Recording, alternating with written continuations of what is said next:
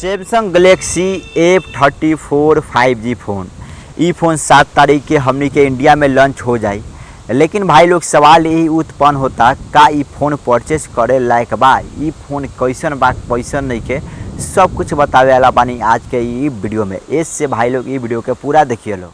सबसे पहले यदि बात कर जाए एक डिस्प्ले के, तो एक डिस्प्ले काफ़ी हद तक अच्छा मिले वाला बा। सुपर एमोलेड डिस्प्ले मिली, 1000 निट्स के पीक ब्राइटनेस मिली, तो ब्राइटनेस भी काफ़ी ज़्यादा अच्छा बा। गोरिल्ला ग्लास 5 के प्रोटेक्शन भी देखे के मिली।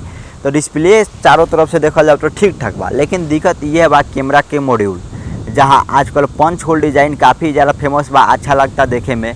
ओइजा में यू शेप में कैमरा के मॉड्यूल ले बा, जो कि काफ़ी ज़्यादा घटिया और चुटिया टाइप के लागता।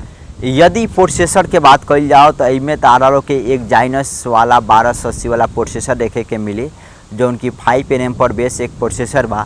ई प्रोसेसर ठीक ठाक बा, डिसेंट बा। हाँ, गेमिंग खातिर उतना अच्छा से कस्टमाइज नहीं के, फिर भी यदि नॉर्मल यूज में देखा जाए तो ई प्रोसेसर बेहद ही अच्छा बा।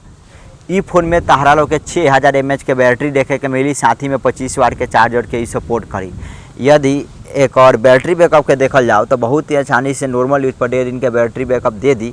आ गेमिंग के बात कर जाओ तो 4 से 5 घंटा के बैटरी बैकअप दे ही दी, यदि ज़्यादा दिन भर गेमिंग करवा लोग था। फिर भी बैटरी बैकअप काफ़ी हद तक जब 25 वाट के चार्जर थोड़ा स्लो बा, परंतु बैटरी बैकअप ठीक ठाक बा।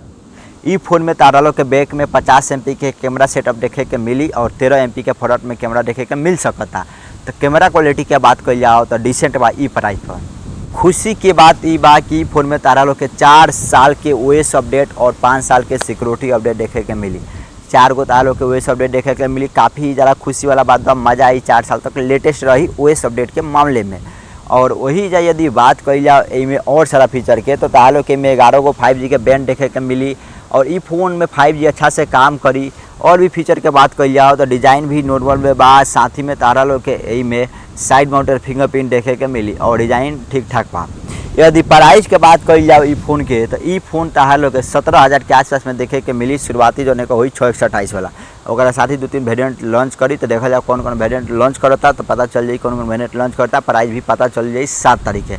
लेकिन 17000 से नीचे ई फ़ोन लॉन्च ना हो, ई बात के तू लोग समझ कर। ई दाम पर ई फ़ोन ठीक ठाक बा, डिसेंबर तू लोग के परचेस कर सके। बस यूज से पे कैमरा का मॉड्यूल पर ध्यान न दो लोग, तो फ़ोन ठीक ठाक बा और सारा मामले में।